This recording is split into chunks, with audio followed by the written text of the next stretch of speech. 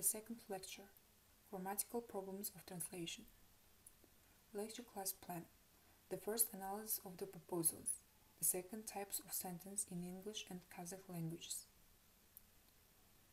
A popular way to analyze a proposal is through proposal members, and the science that studies sentence terms is called syntax.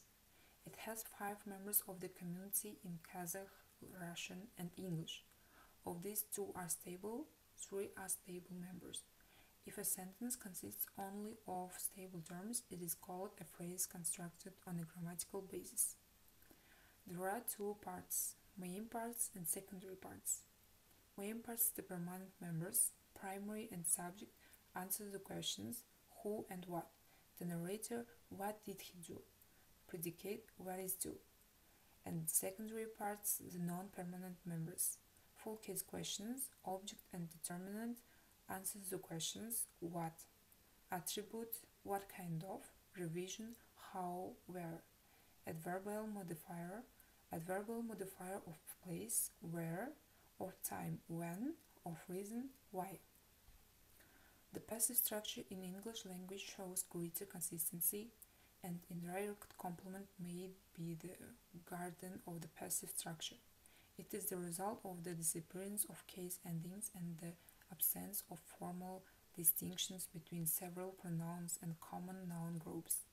For example, Mr. Winkle stooping forward with his body half doubled up was being assisted over the ice by Mr. Weller.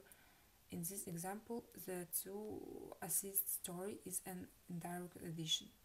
Mr. Winkle assisted by Mr. Willow half bent and walked over the ice. In order for the translation to retain a passive structure, it is necessary to run 2 lexical transformations. In fact, being the here tonight was really an adventure and somehow quite a wonderful adventure. But being an English adventure, it was liable to be rained upon, and at this very moment the rain came down. Indeed, tonight was a wonderful event for them.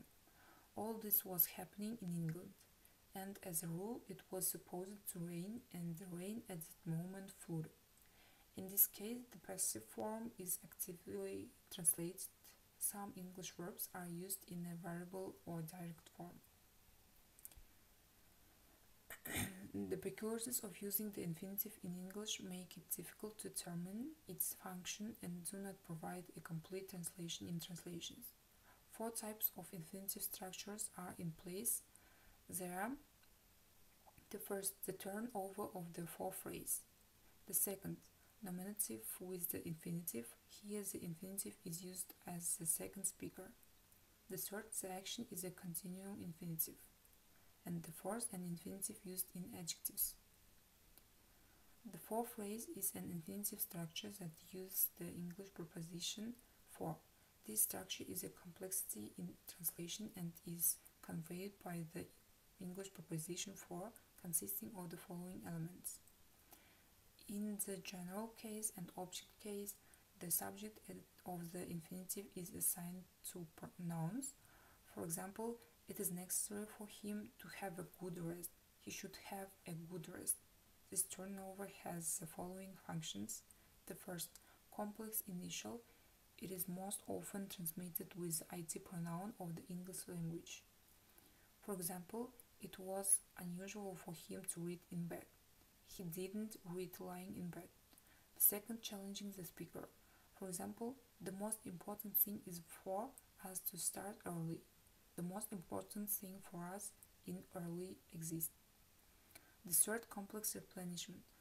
For example, I am anxious for her to pass her examination is that he successfully passed the exam. The fourth, complex determinant. For example, here is an interesting book for you to read. It's interesting to read. The fifth, a complex revision. A, purpose of refinement. For example, he stepped aside for me to pass. He stepped back for me to be passed. B, cause and effect study. For example, the text was too difficult for students to translate. It was difficult to translate this text to students. This story is widely distributed in fiction, newspaper, and journalistic texts. Nominative with infinitive turned over or use of the infinitive as a second expounder.